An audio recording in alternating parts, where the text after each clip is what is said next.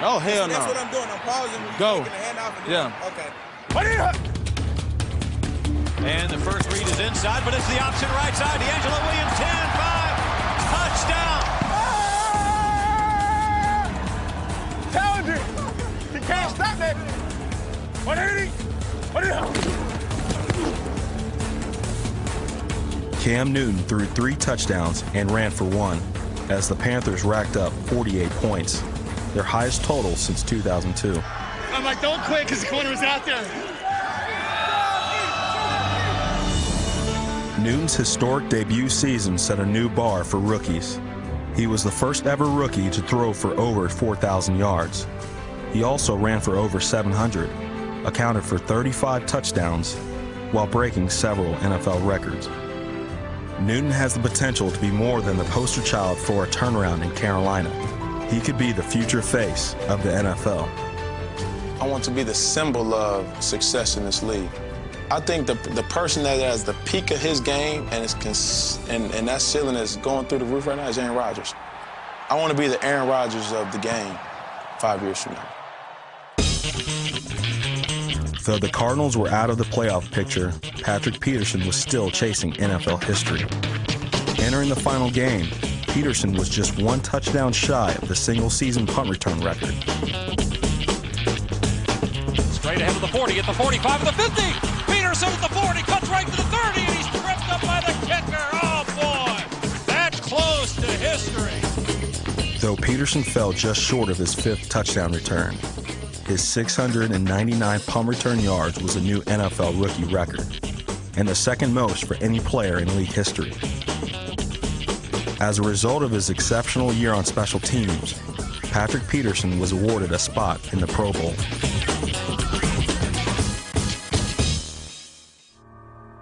As the other rookies began preparations for next year, the Cincinnati Kids were in the playoffs now. It's time for the pigskin to fly here in Houston, Texas, where today the Cincinnati Bengals will try to win a road playoff game for the first time in their 44-year history. Unfortunately, it was a Texans rookie who made the biggest play of the game. Intercepted by a defensive lineman, J.J. Watt. He'll take it in for a touchdown. Unbelievable.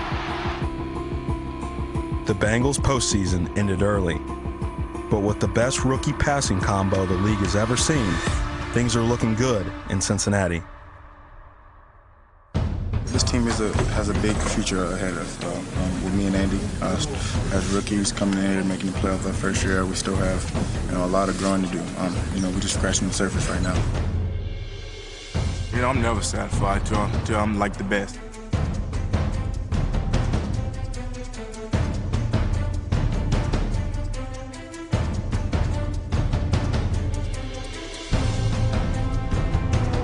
I believe someday I am going to be the best defensive back in this league, and that's the type of confidence I have in myself. Rookie season was just stepping through the door. Now it's time for me to run throughout the house. I'm seeing things a lot clearer. I just got to keep trying to get better and better each day. Whatever you decide to do, just be happy with it. Football is not a job to me. It's my life. I'm a quarterback in the National Football League.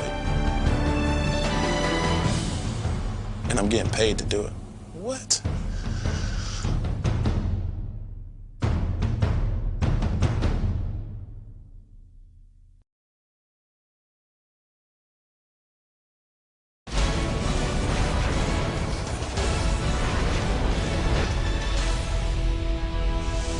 Better than last year? Jerry Jones says you can expect that from the Cowboys.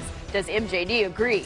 He was the only first-round running back in the draft, and he hits the field tomorrow as a pro for the first time. Josh Jacobs and the rest of the Raiders rookies ready for minicamp. And how about the Steelers rookies? Will the class of 2019 help them move on from the drama of 2018? And where exactly do they fit in the AFC North? Kings of the North, by the way, a Game of Thrones reference that undoubtedly went right over this guy's head. Yeah, it's always fall in my house. Winter is never coming. Never seen an episode. Scott Hansen, Lindsey Rhodes, welcome to NFL Total Access. Partner, a quick question for you, if I can. Oh, yeah. Week 1, the Arizona Cardinals starting quarterback will be? Obviously, Kyler Murray. Okay, I say Kyler Murray as well. We're in agreement. What about the Arizona Cardinals themselves? You see, 2 days ago on the Rich Eisen show, Cardinals general manager Steve Keim was absolutely definitive. Kyler Murray will be the starting quarterback week 1. However, yesterday, Arizona's new head coach, Cliff Kingsbury, was not quite as sure, or not quite as definitive, at least, on the Jim Rome show. We're obviously going to build it around Kyler and do things he's comfortable with and try to put him in positions to be successful. But we'll see how this rookie class of receivers looks and what we have on our roster and build it from there. But it'll be, a fun offense to watch with him at the helm. In terms of his development, do you expect him to start week 1? We'll see. We're still working through all those things. We have Brett Hundley here who we're very excited about. But we'll see where that kind of goes. Okay, so Keim said yes. Kingsbury said we'll see. Until today, when Kingsbury did another interview and firmed up his position a bit. We're going to work through that over the next couple of weeks, but, you don't take him in our situation at number 1 to sit him on the bench. All right, with former Pro Bowl running back Maurice Jones-Drew right now, who loves to parse through general managers and coaches doing radio and TV interviews in early May to figure out what's going to go on in September. Was this a matter of we didn't get our talking points together or something like that? I mean, he's going to start week 1, yeah? Well, first of all, my response to that was like, bruh, really? You just traded away to Kingsbury? To or Kingsbury. Yeah, okay. Well, you just traded away Josh Rosen. You made all this hype about taking Kyler Murray. You take him number 1. Now he's not going to start. Let's just get that out the way. But I understand this, though. He's a first-time head coach in the NFL. It's a little bit different in college. And so in college, you want to play it up as a quarterback competition, all these things, because no one's getting paid. Mm-hmm. No one's getting compensated. No one's getting drafted. We're recruiting, so we want to keep recruiting. You're in the pros now. This is the big boys game. So everyone in the locker room knows Kyler Murray is going to start. He should be your day 1 starter. He should be taking all the number 1 reps. He should be doing everything so that you can get him ready to try to win as many games as possible, understanding that this is going to be an uphill battle for you guys. Now, last year, you guys led the league in giving up sacks offensively. Only took 1 offensive lineman in the draft, took a bunch of receivers. So hopefully you can figure that out. But you want to get Kyler Murray up to speed as soon as possible. Last in offense, scoring offense. Yes. Just like 2 touchdowns a game was all that Arizona was doing in there right now. If he doesn't start week 1, if he does not start, what does that say? Well, first of all, it means Brett Hundley went to UCLA as he did. He deserves the right to get every chance to start. And Brett, I love you. Okay. But again, I don't think that's even. I don't even think that's going to be a question. Kyler Murray's going to start. Period. Okay. And historically speaking, that should be the case. 6 of the last 7 number 1 overall draft picks that were quarterbacks, they started either the first week or the first month of the season. With the 10th pick, the Pittsburgh Steelers select Devin Bush, linebacker, Michigan. He's going to go out there, and if you try and mess with him pregame, he's going to stomp on your logo, and he's going to go hunt somebody down for you. Devin Bush is taller than me. The other thing you're known for is your speed, but you can't handle this. I just can't wait to be a Steeler and showcase why I'm here. I love the fit, too. I love the fit. He's going to be great for the Pittsburgh Steelers. Let's make it happen, D-Bush. We got work to do from Juju Smith-Schuster. Devin Bush, the Steelers' first-round pick, one of 9 new players picked up by Pittsburgh in the draft. They also got a 3rd-round receiver and a 5th-round tight end that were acquired with the picks that they got in the Antonio Brown trade. And they got a 4th-round running back that has decided to wear Le'Veon Bell's 26 right out of the gate. So he is not afraid of pressure, inviting a whole bunch of comparisons there. Ryan Mundy was a Steelers draft pick in 2008, spent 5 years with the team. Yep. Do you think that this year's class is the right class to help them move on from Bell and Brown?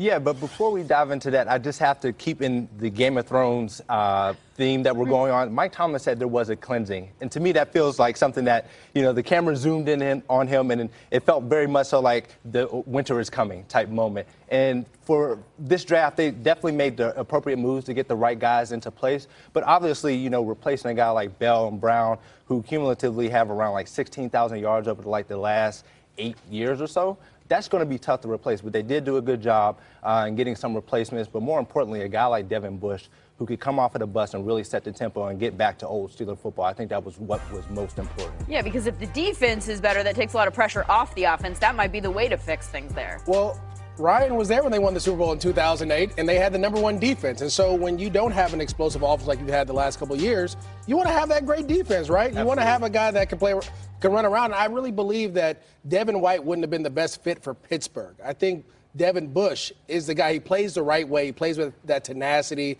that way that Pittsburgh's known. That's a little more rugged, where Devin White is more of a flashy guy, sideline. Devin Bush is going to go in there and do some of the dirty work. And when you get guys that do the dirty work in Pittsburgh, that defense tends to turn around. You have to do that bend, don't break.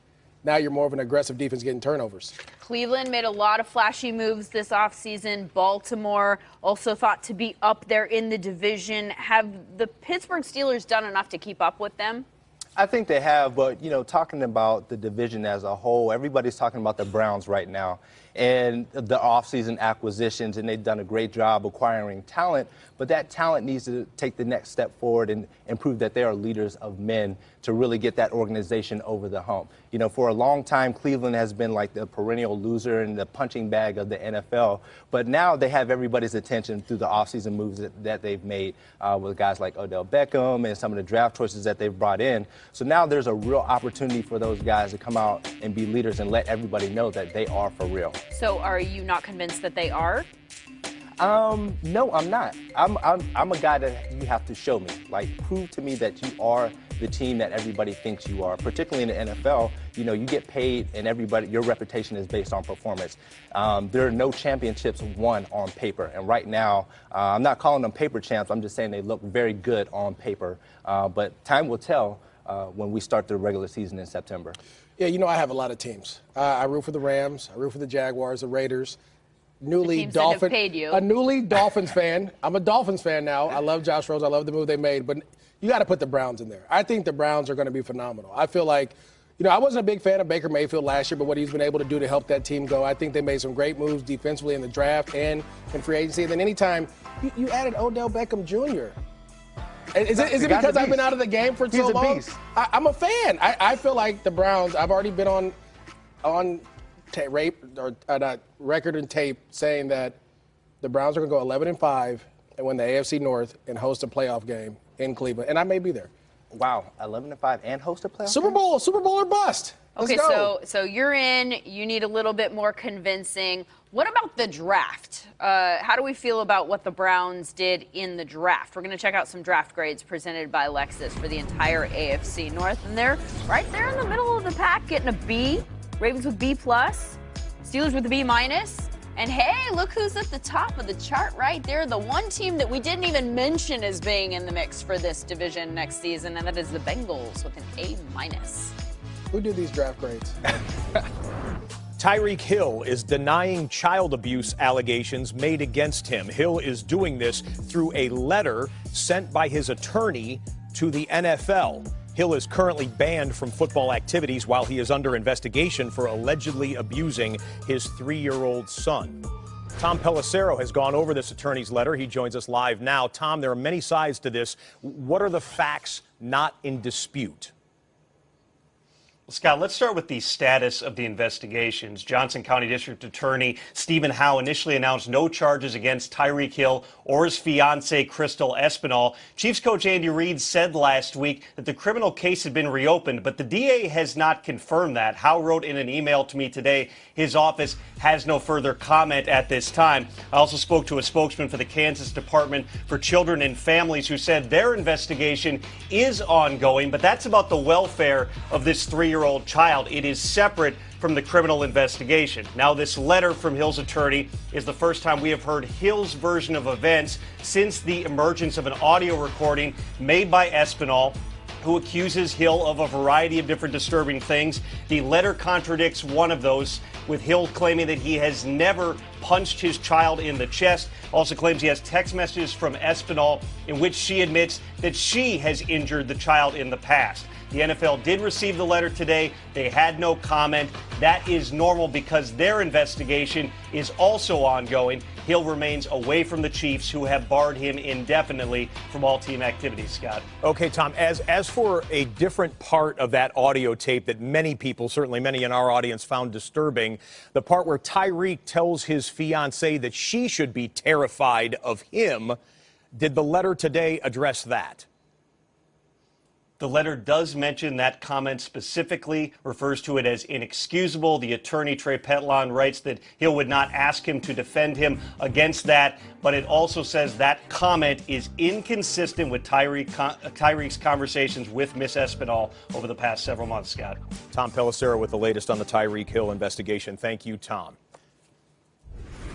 Latest headlines now, much happier news back on the football field. We can tell you that a great friend of NFL Total Access and NFL Network, Dwight Freeney, is going to be honored this season by his old Indianapolis Colts franchise. Dwight is going into the Colts Ring of Honor. Details still yet to be announced. Of course, we'll have highlights of that one for you this football season when Dwight goes in. Congrats, Freeney. Of course, set all those sack records there in Indianapolis and won a Super Bowl with the Colts. As for the business of the NFL, tonight is the deadline for teams to inform their first-round draft picks from the 2016 draft. If they're picking up the fifth-year option on their contract, we have some that were declined just today. The list of players that you see here not having their fifth-year option picked up. There are still a couple of players who have not been informed, or at least the news has not gone public yet. Again, it's midnight tonight, the deadline for the teams to tell those individual players. As fans, it helps to remind ourselves that the players we root for that matter, the players we root against, are bigger and faster and stronger than most of us. But they are no less human. They got stuff just like us. Mistakes in their past, mistakes in their future, emotions, some more brittle than others, and opinions, some more popular than others. The San Francisco 49ers select Nick Bosa. Still to come, what happens in an NFL locker room when the uniforms are the same, but the politics are not? Plus, Jerry Jones sees no reason why the Cowboys shouldn't be better this season. And incredibly, MJD agrees. Mike Mayock says the Raiders won't know how they did in the draft for a couple of years. Unsurprisingly, MJD says he knows right now. That's next. NFL Total Access is brought to you by Wendy's 50-cent small Frosty at participating Wendy's for a limited time.